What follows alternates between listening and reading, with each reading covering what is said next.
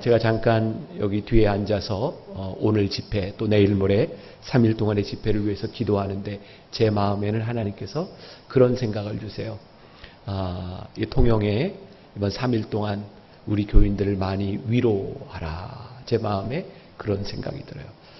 주님의 말씀으로 위로해야 되겠다. 그리고 주님의 말씀으로 여러분들을 축복해야 되겠다.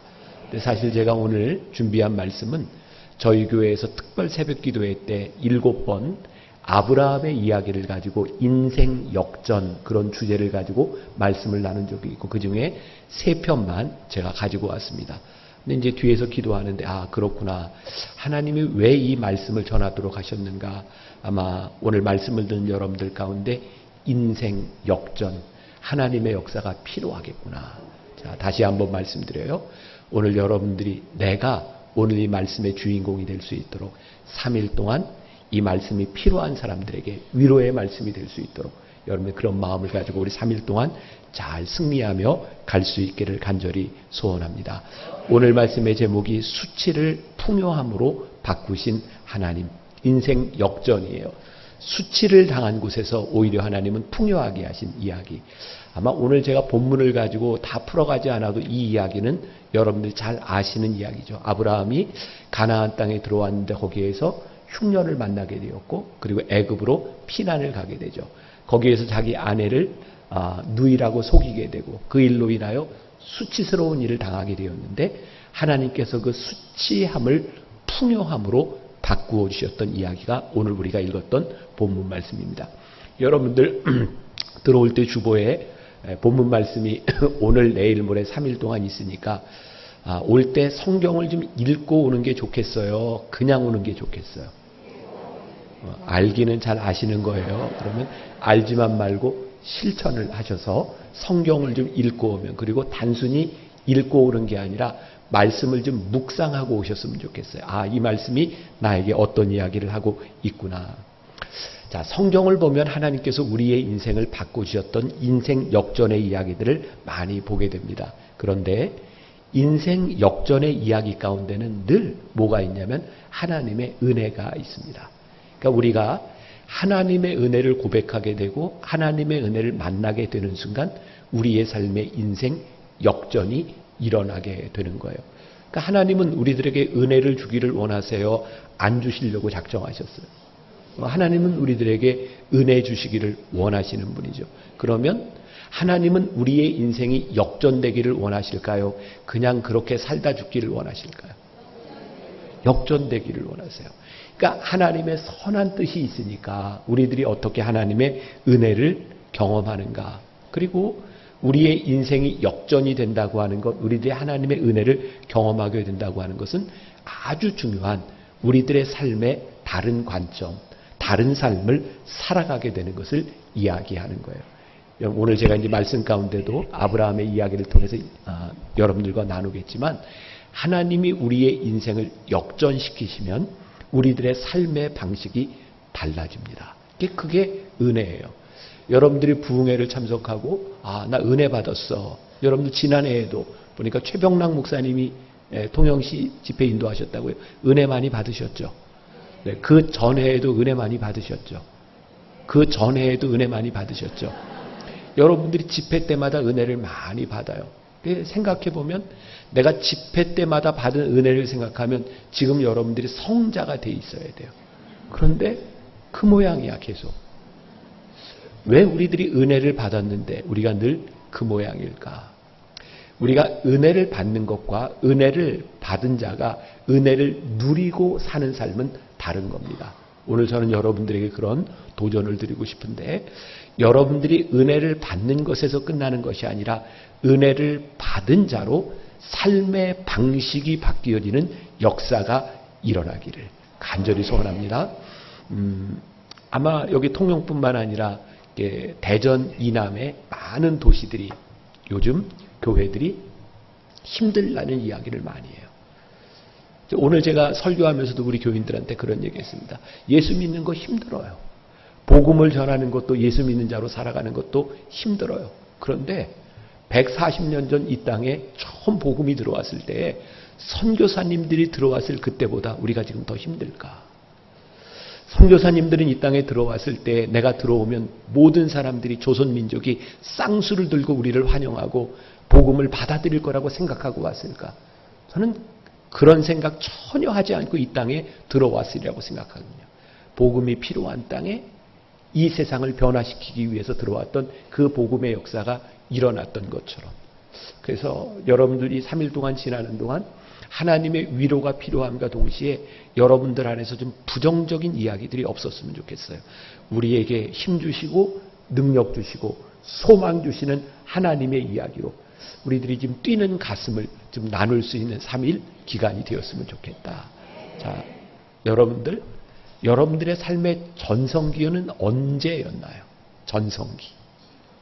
지금. 누가 지금이라 그랬어요? 네, 멋있어요. 네. 우리는 언제 우리들의 인생의 전성기일까? 저는 이 전성기는 나이와 관계 있는 것이 아니라 우리의 가슴이 뛰는 한 우리는 전성기를 살고 있다고 생각하거든요. 우리의 가슴이 뛰면요, 그 뛰는 가슴으로 인하여 얼마든지 희생도 가능하고, 뛰는 가슴으로 인하여 우리들이 얼마든지 최선을 다할 수 있는 일들이 가능하고, 중요한 건 오늘 여러분들의 가슴이 뛰느냐예요. 이 통영 땅을 바라보며 여러분들의 가슴이 뛰는가? 다시 한번 하나님이 우리들에게 소망을 주시는가? 저는 소망의 이야기를 하는데 여러분들의 얼굴이 전혀 소망스럽지를 않아요. 표정도 소망의 표정을 좀 지으세요. 아이고, 이거 큰일 났다. 이거 3일 동안 어떻게 집회를. 자, 우리 옆에 사람 바라보면서 우리 소망을 가집시다. 한번 인사합시다. 소망을 가집시다. 자, 소망을 가집시다 인사하는데 좀 소망스러운 표정을 좀 지어야지. 여기 다시 한번 시작. 우리 소망을 가집시다. 네, 고맙습니다. 하나님께서 여러분들을 위로하시고 축복하여 주실 줄 믿습니다. 제가 이 아브라함의 이야기를 묵상하면서 이 말씀을 전하기 위해서 아브라함의 이야기를 차근차근 이렇게 묵상해 가는데 제가 깨닫게 된 게 있어요. 아브라함이 하나님을 선택한 것이 아니라 하나님께서 아브라함의 인생에 찾아오셨구나. 사실 우리들이 은혜를 받게 되면 우리들이 고백하는 게 있어요. 하나님이 내 삶에 하나님이 찾아오셨구나. 아브라함은 그의 인생에 찾아오신 하나님을 붙들었고 그 하나님으로 인하여 하나님과 동행하는 인생을 살게 되죠. 제가 제 인생에 있었던 이야기예요. 저는 목사가 돼서 은혜를 받았어요. 저는 목사가 돼서도 어떻게 하면 목사를 그만둘까라고 생각했던 사람이고, 저는 신학교를 가는 과정도 목사 안수를 받고 군목을 가는 과정도 저는 제가 원해서 가지 않았어요. 내가 원해서 가지 않은 그 자리에 내가 있다고 하는 게 얼마나 힘든 일인지 몰라요. 제가 군목 2년차 때 저는 이제 군목단들을 위한 수련회에 갔다가 은혜를 받았어요. 그때도 저는 은혜를 받으려고 갔던 것이 아니라 바로 그 얼마 전에 저에게 어떤 일이 있었냐면, 제가 이제 군목 생활을 하면서 은혜를 받지 못하고 목회를 그만두려고 생각했기 때문에 제가 군인으로서 군목으로서 일은 열심히 했지만 제가 노는 걸 굉장히 좋아하는 사람이에요. 좋아하게 생겼어요? 아니에요. 저는 특히 노는 것 중에서도 노름을 좋아했어요. 그래서 저는 사실은 중학교 때부터, 그리고 목사가 돼서도 밤새도록 포카 치고 고스톱 치고 저는 마작도 하고 그랬던 사람이에요. 저는 노는 게 너무 좋았고, 그리고 목사가 노름을 하고 산다? 이건 제가 아무리 생각해도 그건 맞지 않는다고 생각했어요. 그래서 제가 그 집회를 참석했을 때 그건 의무적으로 참석하는 집회였고, 내가 빨리 내 삶의 진로를 결정해야 되겠다 생각했는데, 집회 참석하기 얼마 전 제가 친한 친구 목사님들, 제 친구 목사님들이 다 군목이었는데 너무 착하고 순진해요. 좀 만나서 놀 게 없는 거예요. 저는 공으로 하는 운동, 당구, 탁구, 볼링, 테니스 다 하는데 내 친구 목사들은 그게 안 되더라고요. 제가 다 불러놓고 포카를 가르쳐 줬어요. 그랬더니 이 순진한 목사들이 포카를 배우고 얼마나 좋아하는지. 그래서 이제 그때부터 한 달에 한 번씩 월급날이 되면 강동구에 있는 여관에 들어가서 조금 있으면 변해요. 너무 놀라지 마세요. 1박 2일 동안 밤새고 포카 치고 그랬거든요. 근데 제가 그 강동구에 있는 여관에 포카치로 이렇게 들어가는데 여관 주인이 저한테 또 오셨어요. 이렇게 인사를 하더라고요. 근데 그때 내가 소명이 있었던 사람은 아니지만 내가 되고 싶어서 목사가 된 건 아니지만 내 직업이 목사인데 여관 주인이 나한테 또 오셨어요 라고 인사하는 건 아닌 것 같았어요. 그때부터 제 안에 이제 갈등이 시작됐어요. 내가 빨리 내 삶의 진로를 결정해야 되겠다. 그리고 참석했던 집회였어요. 제가 원했던 자리가 아니었어요. 근데 지금 생각해 보면 하나님은 그때 저를 부르고 계셨어요. 이렇게 앞에 참석해서 말씀을 듣고 집회가 끝났는데 제가 답답해서 그 자리를 떠날 수가 없는 거예요. 제가 목사가 되고 나서 처음으로 그런 생각을 했어요. 기도나 한번 해볼까. 제가 목사 되고 나서 처음으로. 그래서 기도나 한번 해봐야 되겠다. 그리고 제가 답답해서 소리질러 기도하기 시작했어요. 여러분들 기도해 보셨겠지만 통성으로 소리내서 기도하면 목이 아픈 게 아니라 배가죽이 아프잖아요. 근데 정말 이렇게 기도하다가 정말 힘들어서 가려고 제가 뒤를 이렇게 돌아봤는데 제 친구 중에 저와 같이 이제 포카 치던 우리 목사가 하나 있었는데 뒤에서 그 친구가 기도를 하고 있는 거예요. 근데 왜 하나님이 그런 마음을 주셨을까? 그냥 그 친구한테 짐은 안 될 것 같았어요. 그래서 다시 기도하다가 뒤를 돌아보면 그 친구가 그때도 기도하고 있고 그렇게 새벽이 되었어요. 나중에 안 이야기인데 거기서 그 친구와 제가 함께 은혜를 받았거든요. 그 친구도 가려고 눈을 떠보면 제가 앞에서 기도하고 있고 참 놀랍게 그래서 그날 새벽에 제가 제 아내한테 전화를 해서 나 도저히 여기 못 내려갈 것 같다. 옷을 좀 가지고 오라. 제가 도망갈 생각을 하고 왔으니까 옷도 안 챙겨 가지고 왔었어요. 옷을 가지고 와서 제가 그때 그냥 개인 기도굴로 들어갔어요. 그리고 한 주간 동안 제가 이제 기도하고 나오면서 제 인생에 처음으로 제 입술로 고백한 게 뭐였냐면 하나님이 나를 사랑하시는구나. 저는 그때까지 한 번도 하나님이 나를 사랑하신다는 생각을 해본 적이 없어요. 왜냐하면 늘 내가 있는 자리는 내가 원했던 자리가 아니고 내 인생이 내 마음대로 되지 않았거든요. 늘 내 인생에는 내 불만이 있었어요. 왜 내 마음대로 되지 않을까? 그런데 하나님이 나를 사랑하신다는 고백을 하고 났는데 정말 놀랍게도 제가 살아왔던 삶 가운데 하나님의 손길이 한 번도 나를 떠나신 적이 없더라고요. 하나님이 나를 여기까지 인도하셨구나. 그게 제가 하나님의 은혜 가운데 들어갔던 순간이었어요.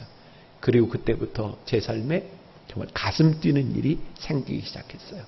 하나님이 나를 여기까지 인도하셨으면 앞으로도 하나님은 나와 함께 하실 거야. 그때부터 저는 정말 뭐든지 할 수 있을 것 같았어요. 제 삶의 환경이 달라진 것이 아니라 하나님이 나를 붙들어 주셨으면, 나를 인도해 주셨으면 나는 뭐든지 할 수 있을 것 같아.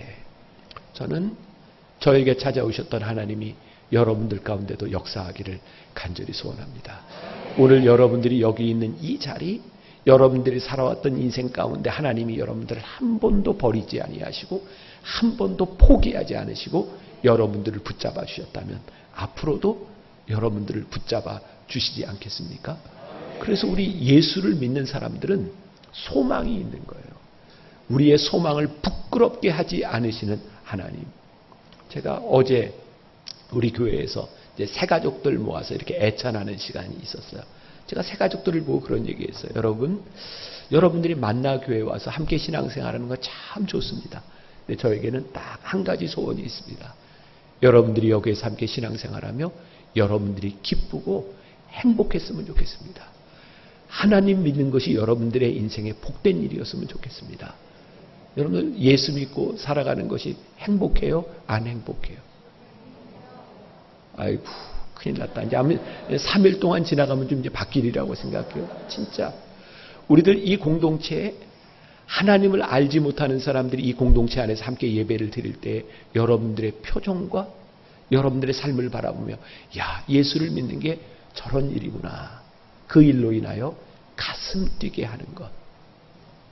자, 제가 원고에 없던 얘기를 또 많이 하네요. 여러분들은 제가 무슨 원고인지도 모르잖아요. 그죠? 아무튼 제가 시간 되면 끝납니다. 제가 이제 교회 성장학 공부를 할 때 그 미국에서 이렇게 리서치한 것을 이렇게 보게 되었는데 예수를 안 믿는 사람들이 처음 교회에 와서 이 교회를 다닐까 말까 결정하게 되는 제일 중요한 요인이 뭘까? 여러분들 생각하기에 예수 안 믿는 사람이 처음 교회에 와서 무엇을 보고 교회를 다닐까 말까 결정할 것 같아요? 목사님의 설교? 처음 나온 사람은 목사님이 아무리 설교를 잘해도 무슨 말인지도 잘 못 알아들어요. 성가대의 찬양? 어떤 걸까요? 놀랍게도 그 결과에 의하면 처음 교회를 나오는 사람이 예배를 드리면서 다시 교회를 나올까 말까 결정하는 첫 번째 요인은 함께 예배를 드리고 있는 교인들의 표정이랍니다. 그들의 표정이 어떠한가?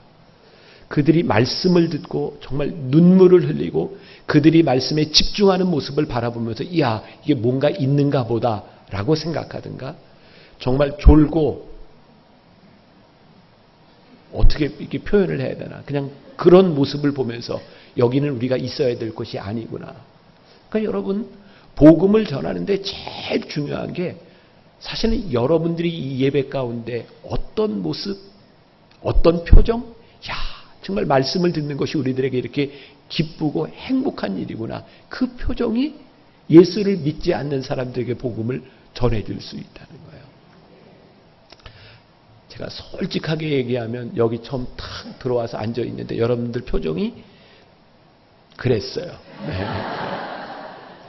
근데 진짜 이 3일 집회를 마치고 여러분들이 개교회로 딱 흩어졌을 때 여러분들로 인하여 교회가 밝아지고 행복해지고 여러분들로 인하여 다른 사람의 가슴을 뛰게 하는 역사들이 있기를 간절히 소원합니다.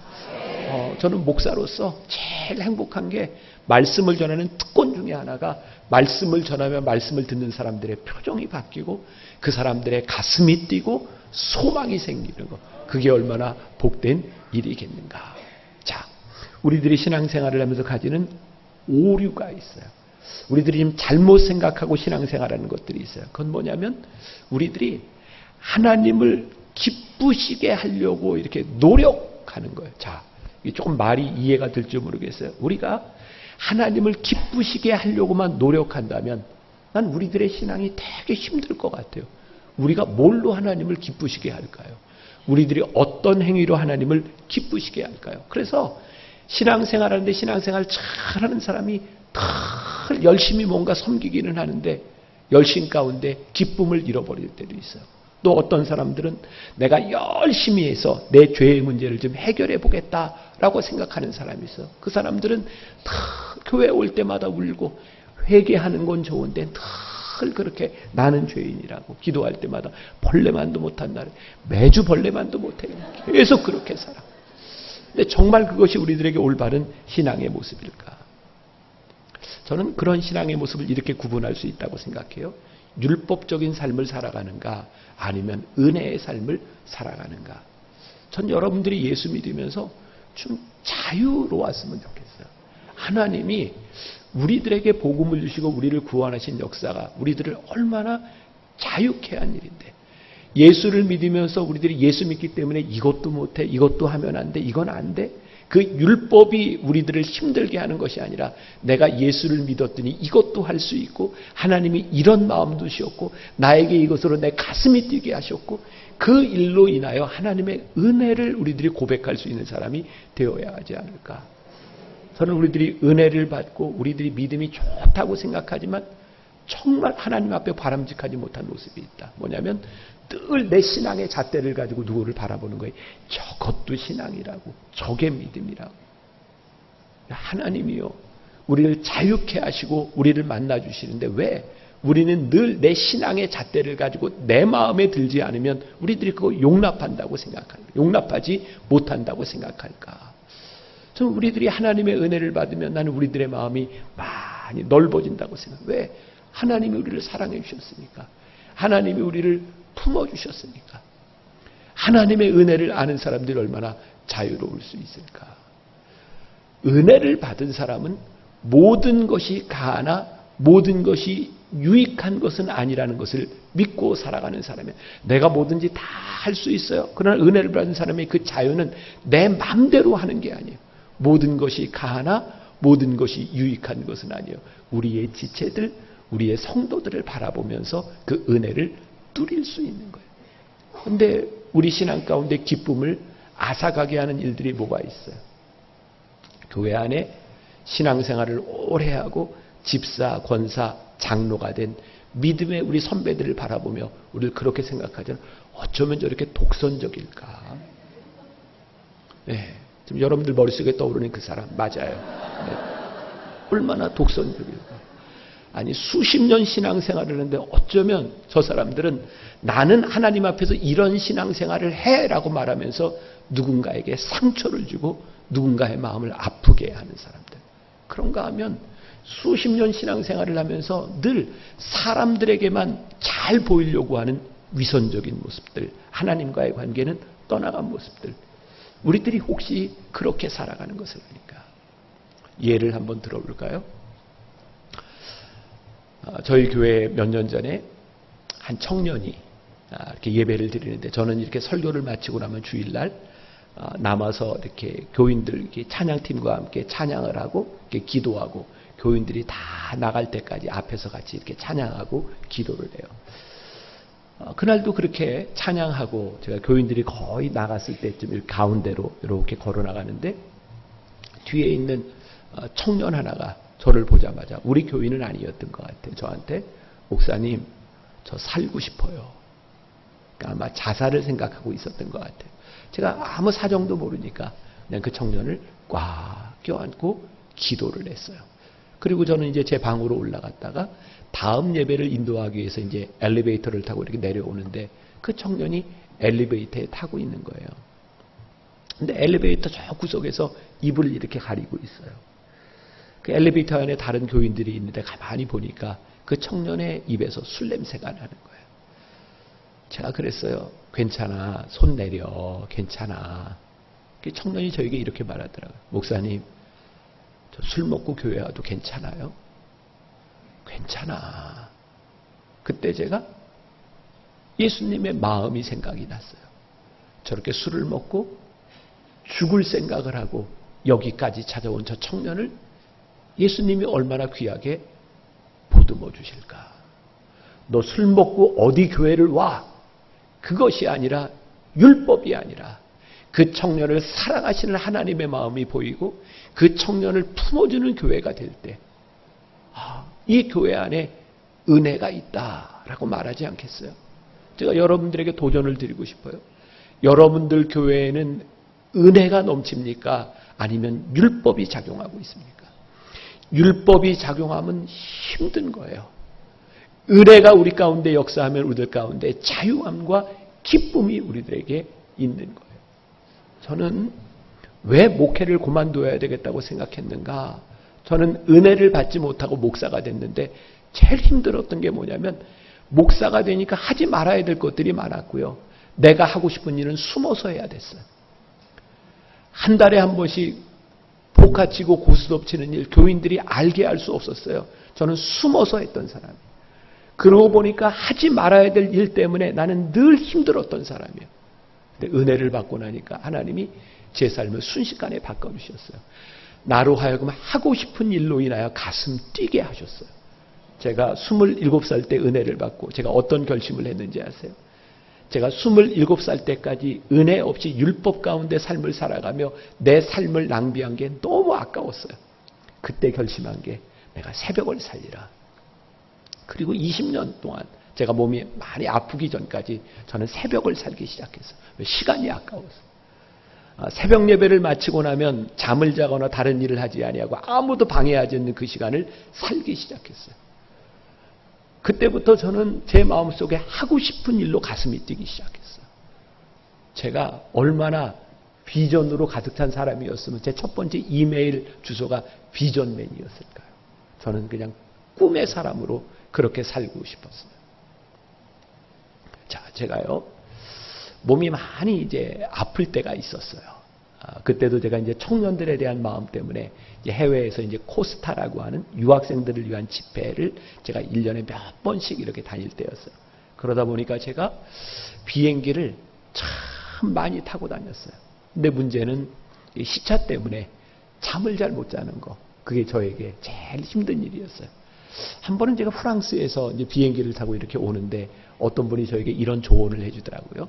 목사님, 시차를 적응하는 좋은 방법이 있는데 비행기를 타자마자 포도주를 한 잔 딱 마시고 잠을 자면 아주 좋습니다. 푹 잘 수 있습니다. 그래서 제가 비행기를 타면서 처음으로 내가 포도주를 한번 먹고 자리라 이렇게 생각을 하고 그 비행기 타면 이제 그 사인이 꺼진 다음에 제가 스튜어디스를 불렀어요. 스튜어디스를 불렀더니 스튜어디스가 저를 보자마자 목사님 부르셨어요? 저한테 그러는 거예요. 제가 깜짝 놀랐어요. 그래서 제가 스튜어디스한테 네, 물 한 잔 주세요. 그리고 물 한 잔을 먹고 제가 잤어요. 자, 한번 생각해 봅시다. 저는요, 목사인 제가 평소에 술을 먹는 사람도 아니고 제가 술꾼도 아니고 제가 좀 이렇게 하도 잠을 못 자니까 그것 때문에 포도주 한 잔 마시고 잔다. 그게 제 신앙에 어떤 문제가 있다고 생각하지 않습니다. 그러나 만일 저 스튜어디스가 어떤 신앙을 가진 사람인지 모르는데 혹시라도 목사가 포도주 한 잔 마신 것 때문에 마음이 상하고 상처를 받을 수도 있으니까 모든 것이 가하나 모든 것이 유익한 것은 아니니 제가 그렇게 먹을 필요가 없는 거예요. 여러분, 우리들에게 자유함이 찾아온다고 하는 것은 우리들이 모든 것을 할 수 있다, 거기에서 머무는 것이 아니라 하나님의 마음이 우리 가운데 들어와서 그 자유를 우리들이 어떻게 쓸 수 있는가를 생각하는 것. 그래서 우리들이 자유의 종이 되는 거예요. 우리가 자유가 있으나 내가 적극적으로 능동적으로 내가 자유의 종이 되는 거예요. 놀라운 일은 종이 됐는데 기뻐. 왜? 그게 억지로 종된 것이 아니라 내가 자유로 종되었기 때문에 그것이 기쁜 거예요. 이게 신앙의 진리, 놀라운 신앙의 역설인 거예요. 그래서 교회에서 우리들이 신앙생활하면서 그렇게 열심히 막 봉사하고 이러는데 웃음이 떠나지를 않아. 사람들이 그래요. 뭐 그렇게 교회 가서 그렇게 살아? 그런데 그게 우리가 자유의 종되었기 때문에 언제부턴가 여러분들의 삶, 여러분들의 사역, 교회에서 여러분들에게 짜증이 늘어났다면 우리들에게 은혜가 사라져 버린 거예요. 우리들에게 달라진 것이 없는데 누가 좋나 보다. 네. 오늘 이 은혜가 여러분들에게 고백되는 역사가 있었으면 좋겠다. 그리고 하나님의 은혜가 우리 가운데 들어오면 하나님이 우리의 인생에 개입한다고 하는 것을 깨닫게 되면 그때 비로소 우리는 하나님을 인정하는 삶을 살기 시작해요. 아브라함에게 일어난 일이 하나님께서 아브라함을 부르시고 아브라함의 인생에 하나님이 개입하신다는 것을 아브라함이 깨닫기 시작하면서 그의 인생의 이야기가 시작이 돼요. 그의 인생의 이야기는 His story, 하나님의 이야기가 되는 거예요. 여러분 참 놀랍잖아요. 여러분들의 인생에 그게 내 인생으로 끝나는 것이 아니라 하나님이 만들어 가시는 하나님의 이야기가 내 속에서 펼쳐진다고 생각해 보세요. 자, 여러분들에게 한번 물어봅시다. 오늘 이 시간 우리들이 함께 모여 예배를 드리고 있는데 여러분들과 저를 비교했을 때 누구 인생이 더 중요하겠어요? 네? 내 인생? 네. 그래요. 하나님이 우리를 여기 부르셔서 하나님은 저로 하여금 저를 설교자로 부르셔서 이 시간에 쓰시고 있고 여러분들은 오늘 말씀을 듣는 자로 그 말씀에 반응할 수 있도록 여러분들의 인생을 만들어 가고 계세요. 그러면 오늘 이 자리에서 우리는 우리의 인생의 주인공이 될 수 있어요. 하나님이 이끄시는 삶을 우리들이 살아갈 수 있어요. 하나님이 우리들의 인생에 개입하시면 그게 어떤 의미를 가지는지 아세요? 내가 부정했던 것을 하나님이 내 인생 가운데 개입하심으로 우리들이 인정할 수 있는 것이 있어요. 나는 이것이 내 인생의 단점이라고 생각했던 것을 하나님이 장점으로 바꾸어 가시는 것을 우리들이 고백하게 되죠. 내가 인정했던 것을 하나님이 개입하심으로 인하여 내가 부정하게 되고 내가 자랑했던 것이 헛됨을 고백하기도 하고 하나님이 내 인생에 개입하시게 되면 내가 보았던 내 인생의 관점이 하나님의 관점으로 바뀌어지게 되어 있는 거예요. 여러분들에게 그 은혜의 고백이 있는가?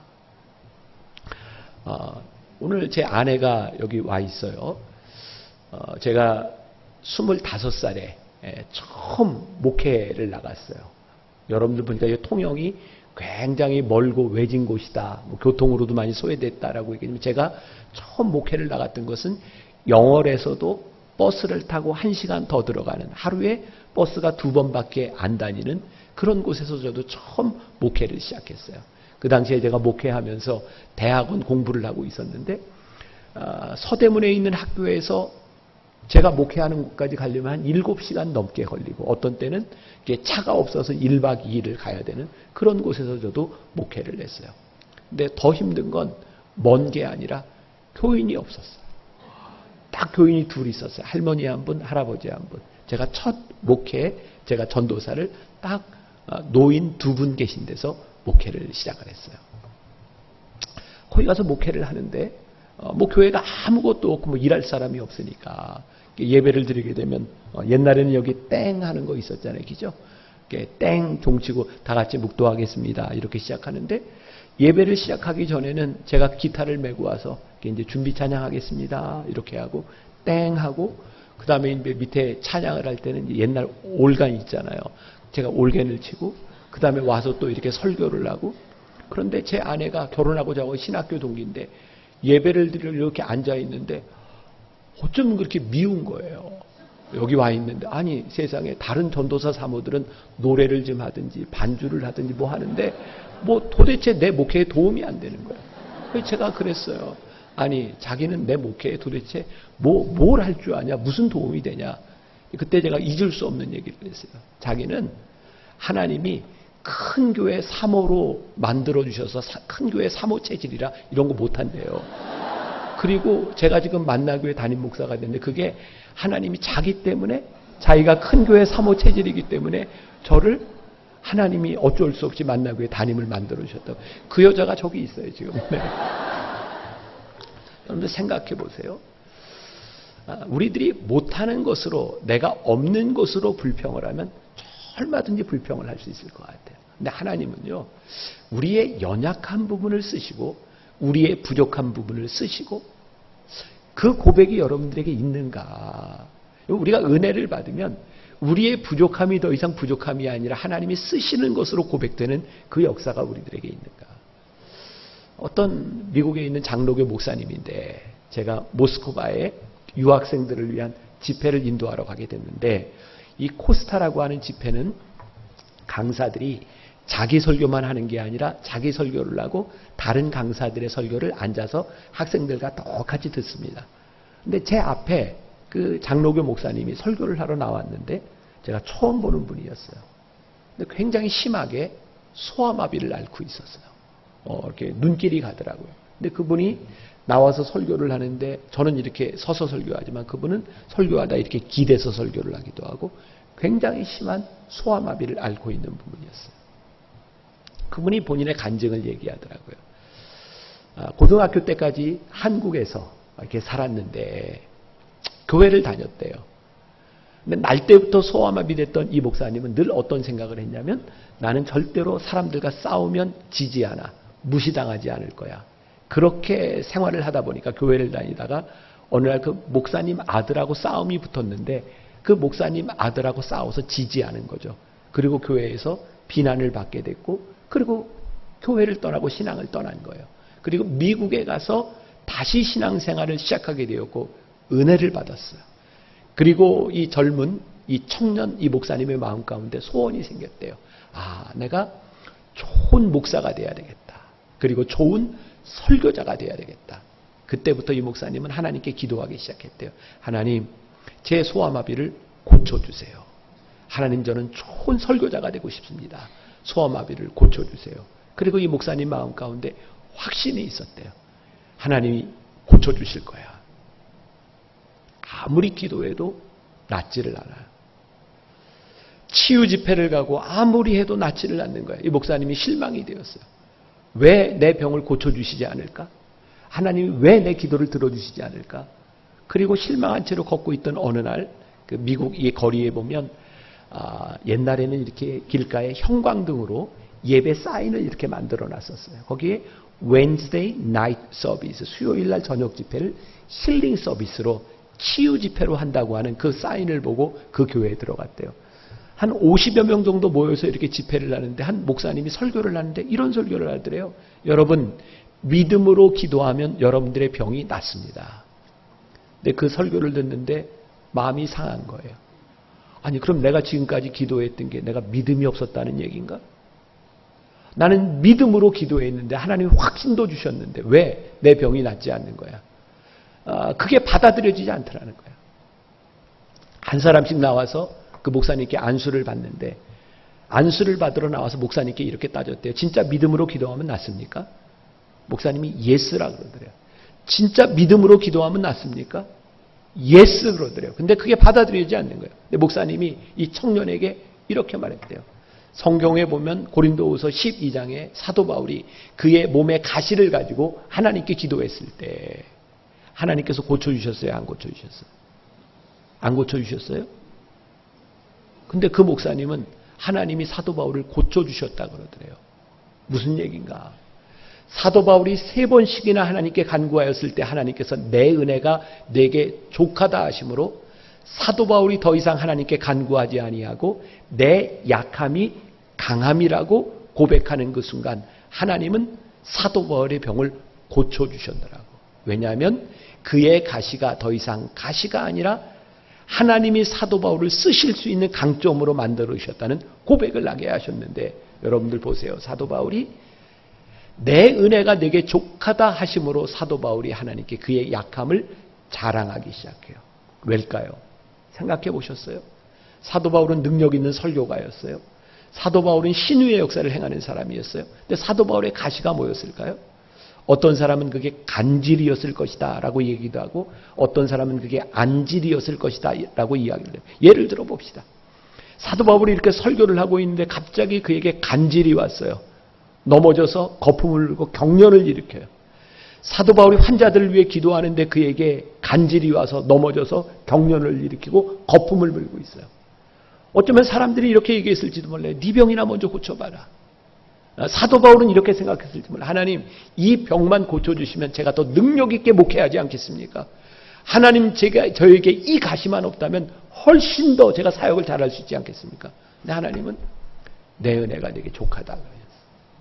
사도 바울이 깨닫게 된 게 있어요. 아, 그렇구나. 하나님이 나로 하여금 자고하지 않도록, 교만하지 않도록 나에게 이 가시를 주셨구나.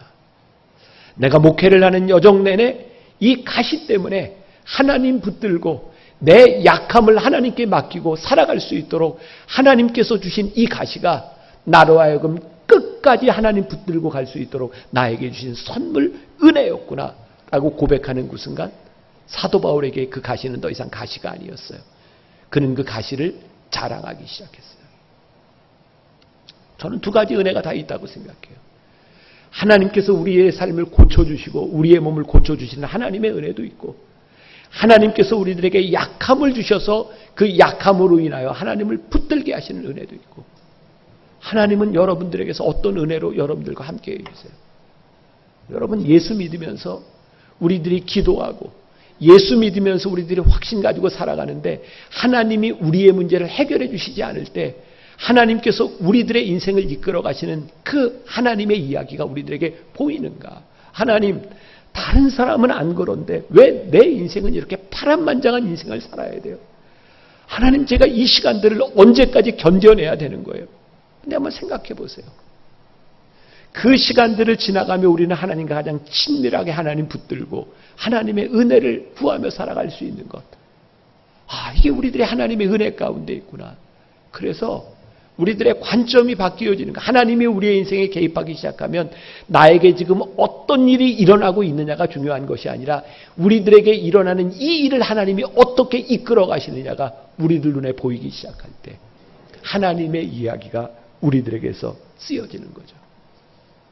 우리는 인생을 살아가면서 하나님께 그런 질문을 해요. 하나님, 왜? 오늘 예배드리는 여러분들 가운데도 그런 질문이 있는지 몰라요. 하나님, 왜요? 하나님, 왜 그렇게까지 하세요? 하나님, 내 자식을, 내 형제자매를 하나님, 왜 그렇게 하세요? 그래서 어떤 사람들은 왜라고 물으면서 내 인생이 너무 수치스럽다고 생각하는지 몰라요. 아브라함에게 찾아온 수치. 하나님, 왜요? 내가 여기 가나안 땅에 오겠다 그랬습니까? 하나님이 지시하시는 곳으로 가라 그랬잖아요. 그런데 왜 거기에서 가뭄을 만나고 가뭄을 피해서 애굽으로 피난 갔는데 거기에서 내 아내를 누이라고 속여야 되는, 하나님 왜 그러세요? 여러분, 언제 우리들의 인생이 수치스러워요? 내가 예상했던 대로, 내가 원했던 대로 내 인생이 안 되면 우리는 실패했다고, 우리는 수치스럽다고 생각할 때가 많이 있어요. 아브라함, 하나님이 부르셔서 가나안 땅에 왔고 하나님을 예배했던 사람인데 하나님, 왜 이런 일이 일어나냐고요. 우리들이 알아야 되는 신앙에 오류가 있어요. 우리는 신앙이 좋으면 우리들에게 어려움이 없거나 자연 법칙을 거슬러 갔거나 우리가 특별한 사람이 되어야 될 줄로 생각해요. 근데 신앙은 그렇지 않습니다. 우리들은 그런 꿈 꾸지 않아요? 코로나19가 왔을 때 막 정부에서 막 교회 문 닫으라 그러고 예배도 못 드린다고 할 때 막 하나님, 우리가 예배할 때 우리 교회만 이렇게 싹 막을 쳐주셔서 여기서는 환자가 하나도 안 나타나는 역사가 일어날 줄 믿습니다. 그렇게 기도하진 않았나요? 우리들은 우리만 피해가면 좋겠다고, 그것이 하나님의 은혜라고 생각할지 모르지만 하나님이 부르신 이 공동체 안에 이 세상에 일어난 자연법칙이 우리를 피해가지 않습니다. 여러분, 아무리 예수 잘 믿어도 3명 중에 하나는 암으로 죽습니다. 그리고 장수의 축복을 누리는 사람일수록 암으로 죽을 확률이 많습니다. 기분 나빠요? 막 죽는 얘기 하니까? 옆에 쳐다보세요. 아, 요 셋 중에 하나는 암으로 죽는다. 뭐 이상한 거야. 저도 그 가능성 속에. 이 법칙을 누가 벗어나겠어요? 근데 하나님은 우리들에게 그거 물으시는 거예요.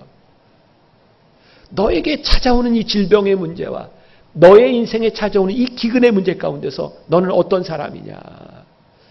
하나님이 이끌어가는 이 인생 가운데서, 이 어려움 가운데서 너는 어떤 사람이냐고 하는 것을 물으시는 거예요. 창세기 12장 10절에 보니까 그 땅에 기근이 들었으므로 아브라함이 애굽에 거류하려고 그리로 내려갔더니 이는 그 땅에 기근이 심하였습니다. 아브라함이 애굽으로 내려간 것은 저는 아브라함이 잘못된 선택이라고 생각하지 않습니다. 아브라함이 가장인데, 아니 지금 기근이 다 들었는데 내 식구들을 살리기 위해서 이 식솔들을 데리고 애굽으로 피난 가서 살아야 되는 것이 아니었을까요? 모르겠어요. 그냥 거기에서 버텨야 되는 것이 하나님의 뜻이었는지 모르겠어요. 그러나 아브라함은 그의 인생에 선택을 했고 그는 애굽으로 내려갔어요. 그리고 애굽에서 어려운 일을 당합니다. 그리고 더 불행한 것은 그가 하나님을 전적으로 신뢰하지 못하고 거짓말했다는 거예요. 그의 아내를 누이라 속이고 그 위기를 모면하려고 했다는 거예요. 아브라함이 잘못했습니다. 그런데요, 진짜 우리들에게 중요한 것은 우리들의 인생에 기근이 들어서 우리 인생에 어떤 결정을 하고 우리들이 잘못된 결정을 했을 때 그것을 하나님 앞에서 우리들이 받아들여야 되는 거예요. 하나님, 제가 이거 잘못 살았습니다. 잘못 선택했습니다. 제가 잘못된 결정으로 하여 이런 어려움을 당하고 있습니다. 하나님, 제가 능히 이것을 이기고 하나님 앞에 제가 마땅한 대가를 치르고 저에게 다시 설 수 있는 용기를 저에게 주시옵소서. 우리들의 잘못과 우리들의 실수 가운데서 우리들이 쉽고 편안한 길로 도망하려고 하는 사람이 아니라 우리들에게 주어진 일들을 직면하고 하나님의 사람으로서 하나님께 부끄러움이 없도록 하나님의 이야기를 써내려가는 것이 우리 신앙의 모습인 거예요. 오늘 여러분들에게 그런 도전을 드리고 싶어요. 혹시 여러분들 가운데 하나님 믿으면서 실수했다고 생각하는 사람, 하나님 이건 내가 잘못 살았다고 생각하는 사람이 있다면 그것에 대해서 책임지라는 거예요. 하나님, 제가 잘못했습니다. 무릎을 꿇고 회개하라는 거예요. 내가 누군가에게 잘못을 행했으면 그에게 가서 빌라는 거예요. 하나님의 이야기가 우리들 가운데 쓰여질 수 있도록 그렇게 살아가라는 거예요. 우리들은 언제 하나님의 뜻을 모르고 하나님의 뜻을 벗어날 때가 있을까요? 여러분들의 인생에 아무 문제가 없을 때는 평탄하게 삽니다. 우리들의 삶의 위기가 다가오면 우리들의 삶의 결정을 해야 될 때가 있죠. 더군다나 우리들의 가장 원초적인, 우리들의 본능적인 것을 건드릴 때 우리의 모습이 드러나게 되어 있는 거예요. 저는 그런 생각이 들어요. 우리들이 하나님 믿고 살아가는데 늘 신앙이 필요하지 않아요. 자, 이것도 오해하지 마세요. 우리들의 믿음 생활 안 해도 된다 이런 이야기가 아니라 아무 문제가 없을 때는 우리들이 그렇게 믿음 없어도 살아가는데 큰 문제 없습니다. 그런데 우리의 인생에 위기가 찾아올 때, 우리의 인생의 광야를 지날 때, 우리의 인생에 기근이 들 때, 그때 우리들의 믿음이 필요하고 하나님 앞에 직면하는 것이 필요해요. 이스라엘 백성들이 광야를 지나며 그들이 그 시간들을 지나갈 때 얼마나 하나님 앞에 불평불만했는가. 이스라엘 백성들이 홍해를 건너는 기적을 보고 불평했나요? 아니에요. 홍해를 건너지 못하는 막다른 골목에서 불평했어요. 하나님께서 그들에게 만나를 주시고 메추라기를 주실 때 불평한 것이 아니라 그들이 먹을 것이 없을 때 불평했어요. 그러고 보니까 우리는 하나님을 믿는다고 하면서도 우리들의 삶에 어려운 일이 닥치면 늘 불평불만해요. 불평과 불만과 죄를 지으면 우리들이 하나님을 믿고 살아가는 두 가지 길이 있는데, 하나는 하나님의 교정하심을 경험하는 일이고 또 하나는 하나님의 인도하심을 경험하는 거예요. 이 차이를 알려드릴까요? 교정, 우리들이 하나님을 믿지만 하나님께 불평하고 잘못된 길을 가면 하나님이 우리를 교정하세요. 좋은 말로 해서 교정이지 맞는다 이런 얘기입니다. 제가 가끔 설교하다 우리 교인들한테 이런 표현을 써요. 여러분, 제가 웃으면서 얘기해요. 좋은 말 할 때 들으세요. 좋은 말 할 때 들으세요. 좋은 말 할 때 안 들으면 어떻게 될까요? 나쁜 말이 나가는 거예요. 하나님께서 우리들의 삶에 신앙적으로 인격적으로 얘기할 때 듣지 않으면 하나님의 교정하심을 경험해요. 그래서 똑같이 예수를 믿는데 다 하나님한테 맞는 사람이 있어요. 하나님이 우리와 관계없다면 하나님이 우리 때리시지 않습니다. 근데 하나님의 인도하심, 우리의 훈련 가운데, 우리의 광야 생활 가운데, 기근 가운데 하나님의 인도하심을 경험하는 사람이 있어요. 하나님의 뜻이 무엇인지를 바라보고 His story, 하나님의 역사 가운데 인도하심을 보는 사람들이에요. 여러분들의 인생에 훈련의 시간을 지날 때는 훈련을 잘 받아야 되는 거예요. 제가 군목 훈련 받을 때, 제가 지금도 기억이 나요. 장교들은 사병들보다 훈련을 받을 때 먹는 걸 더 잘 먹습니다. 근데 어느 날 제가 훈련을 마치고 점심에 식당으로 들어갔는데 정말 이건 어떻게 밥을 먹으라는 건지, 세상에 식탁에 마요네즈 하나, 그리고 빨간 김치, 그리고 흰 밥, 이게 다예요. 그래 이걸 어떻게 먹으라는 거야. 그래서 제가 흰 밥에다 김치를 올리고 마요네즈를 짜가지고 비볐어요. 먹었는데 너무 맛있는 거예요. 가서 한번 해보세요. 너무 맛있어요. 근데 지금 먹으라 그러면 못 먹어요. 근데 훈련의 때에는 그것도 맛있게 먹을 수 있는 거예요. 왜? 훈련의 때잖아. 여러분들의 삶에 하나님이 여러분들을 훈련시킬 때 하나님 저한테 어떡하라고요? 하나님 어떡하라고요? 그런데 그 훈련의 시간에는 그 훈련의 시간을 지나가야 되는 지혜가 우리들에게 필요한 거예요. 그 시간을 지나가야 우리들의 인생에 하나님의 인도하시는 가나안 땅에 들어가게 되는 거죠. 자, 이 아브라함의 삶 가운데 하나님이 인생 역전을 만드셨어요. 자, 창세기 12장 17절, 여호와께서 아브라함의 아내 사라의 일로 바로와 그 집에 큰 재앙을 내리신지라. 지금 어떤 일인지 아시죠? 바로가 아브라함의 아내를 취하려고 했을 때 12장 20절, 바로가 사람들에게 그의 일로 명하매 그들이 그와 함께 그의 아내와 그의 모든 소유를 보내었더라. 아브라함이요, 기근으로 인하여 도망갔다가 거기에서 수치를 당했는데 거기에서 떠나올 때 큰 재산을 가지고 나오게 됩니다. 오히려 아브라함은 복을 받아 나오게 되죠. 그리고 13장 1절과 2절, 아브라함이 애굽에서 그와 그의 아내와 모든 소유와 롯과 함께 네겝으로 올라가니 아브라함에게 가축과 은과 금이 어떻게 하였더라? 풍부하였더라. 하나님이 그의 인생의 수치를 수치로 머물게 하신 것이 아니라 풍부하게 만들어 주셨어요. 그리고 중요한 것, 오늘 말씀의 결론입니다. 창세기 13장 3절과 4절. 그가 네겝으로부터 길을 떠나 베델에 이르며 베델과 아이 사이 곧 전에 장막 쳤던 곳에 이르니 그가 처음으로 제단을 쌓은 곳이라. 그가 거기서 여호와의 이름을 불렀더라. 굉장히 중요한 이야기예요. 제가 여러분들에게 성경을 읽지 말고 묵상하라고 하는 것은 이 성경을 좀 자세히 보라는 거예요. 아브라함이 네겝을 지나 베델로 이렇게 올라가게 돼. 애굽에서부터 많이 올라가게 된 거예요. 근데 그 베델이 어디냐면 아브라함이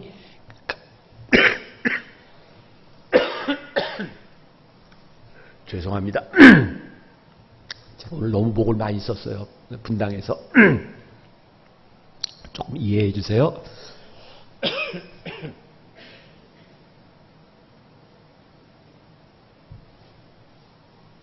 또 이렇게 기침하면서까지 설교하는 걸 보니까 또 은혜가 되지 않아요?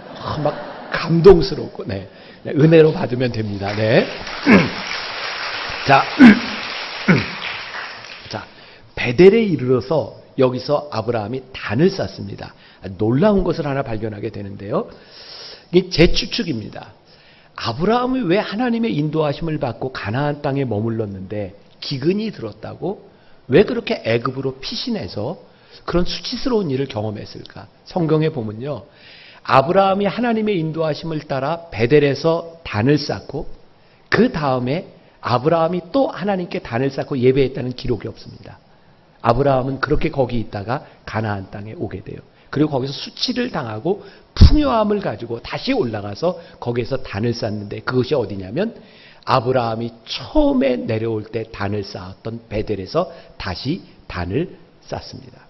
아브라함의 인생에 굉장히 중요한 전환점이 되는 부분입니다. 다시 하나님 앞에 올라와서 예배를 드리고 그의 믿음의 추억, 그의 믿음을 회복하게 되는 사건이 바로 13장에 일어납니다. 오늘 여러분들에게 제일 중요한 말씀이에요. 하나님 언제부터인가 제 삶이 수치스러워졌습니다. 하나님 언제부터인가 제 삶의 감격이 떠나버렸습니다. 네, 바로 그 자리에서 아브라함이 다시 베델에 올라가서 하나님 앞에 제단을 쌓고 믿음의 추억을 회복했던 그 자리에 우리들이 설 수 있다면 이제 앞으로 펼쳐지는 인생 역전의 아브라함의 이야기를 우리들이 보게 될 것이라는 사실이에요. 결국 아브라함의 인생은 예배와 관계되어 있다. 예배를 단순히 여러분들이 교회에서 주일날 예배드리는 그 예배 행위에 있는 것이 아니라 하나님 앞에 예배자로 선다고 하는 것은 어떤 의미일까요? 하나님을 예배할 때, 하나님 앞에 무릎을 꿇을 때, 하나님 앞에 경배하게 될 때 우리들의 삶의 우선순위가 분명하게 세워지는 거예요. 여러분 하나님을 매주 예배한다고 찾아오지만 여러분들 인생의 우선순위가 올바로 세워지지 않는다면 우리는 올바로 예배하는 사람이 아니죠. 예배하는 자는 우리들의 최선을 다하는 삶 가운데서 하나님의 인도하심을 경험하는 사람이에요. 그리고 우리들의 최선이 아닐 수 있다고 하는 것을 경험하는 사람이에요. 아하, 하나님이 이렇게 일하시는구나. 하나님이 우리를 이렇게 인도하시는구나. 그 인도하심에 대한 고백은 진정한 예배자들에게서 나타나는 거예요. 예를 들어볼게요. 조금만 더 하고 이제 말씀 마칠게요. 제가 오래전에 저기 포항에 있는 한동대학에서 설교를 하게 됐어요. 집회를 인도하게 됐는데 토요일 날 이렇게 컬링하는 영접하는 그런 집회를 마치고 주일 날 학생들 한 연속 3번을 이게 시간 단위로 이렇게 예배를 인도해야 되는 체프를 인도하게 됐어요. 저는 평소에 준비를 굉장히 철저히 하는 사람입니다. 제가 여기는 이렇게 카드를 가지고 왔지만 보통 때는 원고를 저는 늘 정확하게 토시까지 써서 분까지 딱 계산해서 준비하는 사람이에요. 그때도 채플에서 설교를 하니까 제가 설교 준비를 다 해가지고 와서 이렇게 준비를 하고 있는데 뒤에 앉아 있었어요. 교목 목사님이 저를 이제 소개할 때 기다리고 있는데 하나님이 강력하게 제 안에서 이런 음성을 주셨어요. 오늘 네가 준비한 말씀이 적절하지 않다. 제 마음에서 금방 이렇게 대답이 나오죠. 하나님, 지금 그러시면 안 되죠. 아니 이거 원고 다 써가지고 이렇게 시간까지 계산해가지고 왔는데 지금 이러시면 어떻게 해요? 순종이 안 되는 거예요. 근데 정말 강력하게 하나님께서 제 마음속에 오늘 네가 준비한 말씀이 적절하지 않다. 너무 강력하게 제 안에 그 말씀을 주셨어요. 제가 소개를 받고 나와서 제가 준비해놓은 것을 놨어요. 놓고 마이크를 들고 옆으로 갔어요. 그리고 설교하기 시작했어요. 저 설교 무지하게 많이 한 사람이거든요. 근데 그때 정말 그렇게 강력하게 하나님이 나를 쓰시는구나 라는 느낌을 받은 적이 없어요. 하나님이 나를 쓰시는구나. 그리고 그때 제가 깨닫게 된 게 하나님은 나의 준비로 일하시는 분이 아니구나. 저에게 굉장히 강력한 느낌이었어요. 저는 늘 준비를 철저히 합니다. 오늘도 원고 제가 차 타고 내려오면서 또 읽고 제가 많이 한 설교지만 또 읽고 와요. 열심히 준비합니다. 근데 여기에서 저는 늘 동일한 기도를 합니다. 하나님, 제가 말씀을 준비해 가지고 왔지만 하나님, 오늘 말씀을 듣는 사람들에게 필요한 말씀을 전할 수 있도록 저에게 열린 마음을 주세요. 제가 원고를 준비해 가지고 왔지만 하나님이 쓰시는 곳에 저를 맡길 수 있는 믿음을 주세요. 제가 이런 이제 설교를 하면 젊은 목사님들이 이제 그런 생각을, 그래, 설교 준비할 필요가 없어. 하나님이 쓰시도록 나를 맡겨야 돼. 자, 제가 중요한 말씀을 드려요. 철저하게 열심히 준비하며 살지 않는 사람들은 하나님이 내 준비로 일하시는지 하나님의 뜻대로 일하시는지 절대로 경험하지 못합니다. 여러분들의 인생에 최선을 다하고 여러분들 인생에 최선의 준비를 할 때 하나님이 어떻게 일하시는지를 선명하게 보기 시작합니다. 하나님을 믿는 사람들은 대충 하나님 알아서 하세요. 그 믿음 아닙니다. 그건 핑계지. 하나님, 제가 이렇게 열심히 살아갑니다. 제가 이런 생각을 가지고 있습니다. 그러나 하나님의 뜻이 저는 무엇인지 구별이 되지 않습니다. 그때 우리들이 열심히 나아갈 때 하나님이 우리들에게 길을 보여주세요. 왜? 이건 제 얘기가 아니에요. 성경에. 사도 바울이 아시아로 가려고 그렇게 노력했는데 하나님 막으셨잖아요. 근데 사도 바울이 쉽게 포기하지 않습니다. 이게 뭐가 잘못됐지? 다른 곳으로 가려고 하네. 또 막았어요. 이거 왜 그러지? 3번씩이나 하나님이 막습니다. 그리고 그때 마게도니아인이 손짓하는 환상을 바라보고 사도 바울이 확신을 가져. 아하, 하나님이 나를 여기로 부르시는구나. 그리고 사도 바울이 유럽의 관문인 빌립보에 갑니다. 사도행전 16장을 보세요. 보세요. 네, 16장. 빌립보에 가요. 가자마자 거기에서 여러 사람들을 만나고 병자들을 고치는 놀라운 기적을 경험합니다. 그런데요, 그 일로 인하여 사도 바울이 빌립보 감옥에 갇힙니다. 사도 바울이 빌립보 감옥에 갇혀서 뭐 했는지 아세요? 사도행전 16장 보세요. 바울과 실라가 밤새 기도하고 찬송합니다. 굉장히 놀라운 일입니다. 만일 사도 바울이 그냥 아무것도 안 하고 하나님 보여주세요. 그랬더니 마게도니아의 손짓 갔어요. 근데 거기에서 옥에 갇혀서 어려움을 당해요. 그럼 사도 바울은 분명히 이랬을 겁니다. 하나님 왜 이러세요? 아니 하나님이 오래서 왔지 제가 오고 싶어서 온 것도 아닌데 하나님 왜 그러세요? 근데 사도 바울이요. 그 빌립보 감옥에서 왜 어떻게 찬양하고 기도할 수 있었나? 3번씩이나 그가 가려고 노력해 보았으나 하나님이 막으셨고 그리고 마게도니아인이 손짓하는 것을 보았을 때 사도 바울이 감옥에서 무슨 생각을 했을까요? 하나님이 나를 감옥에 가두신 이유가 있어. 그리고 하나님은 그 이유를 분명하게 하시죠. 간수장의 가족을 구원하는 역사가 있게 하세요. 우리의 인생에요. 하나님의 인도하심을 받는다고 하는 것, 우리들이 예배자로 살아간다는 것, 하나님의 뜻대로 살아간다고 하는 것은 놀라운 역사들 우리들이 경험하게 되는 거예요. 아브라함이 그의 인생에서 궁핍함 가운데서 그가 기억해야 될 하나님, 풍요함 가운데서 그가 기억해야 될 하나님, 그 하나님을 기억하며 살아갈 때 그의 인생에서 하나님의 역사가 만들어져 가고 있는 거예요. 멋지잖아요. 히스토리. 우리의 인생에 그분의 이야기가 만들어지는 그 역사가 여러분들에게 있기를. 자, 말씀을 마무리합니다. 예배는 아브라함이 베델에서 단을 쌓고 예배를 드려요. 저는 옛날 우리 믿음의 선조들, 성경에 나오는 사람들의 파워풀한 역사는 교회가 없었기 때문이라고 생각해요. 이것도 오해하시면 또 안 돼요. 저 목사 이상한 목사다.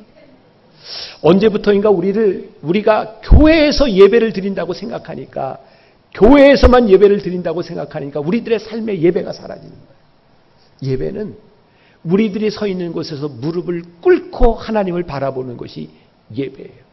여러분들이 주일날 예배 드리는 것으로 끝나는 것이 아니라 여러분들의 삶의 자리가 예배가 되기 시작할 때 그 안에서 하나님의 역사, 수치를 풍요로 바꾸시는 하나님의 역사를 간증하며 살아갈 수 있으리라.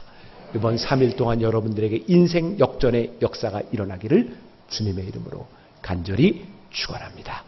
우리 같이 기도하겠습니다. 하나님, 우리 사랑하는 성도들을 주님의 이름으로 축복합니다. 통영에 이곳에 살아가며 하나님 우리를 부르시는 분명한 증거가 있기를 간절히 소원합니다. 혹시 우리 성도들 가운데 수치스러운 삶을 경험하며 인생의 기근을 지나는 사람들이 있습니까? 하나님, 이곳에서 우리의 인생을 역전시키시는 하나님의 은혜가 임하게 하여 주옵소서. 우리와 함께 하실 하나님을 기대하며 예수님의 이름으로 기도합니다.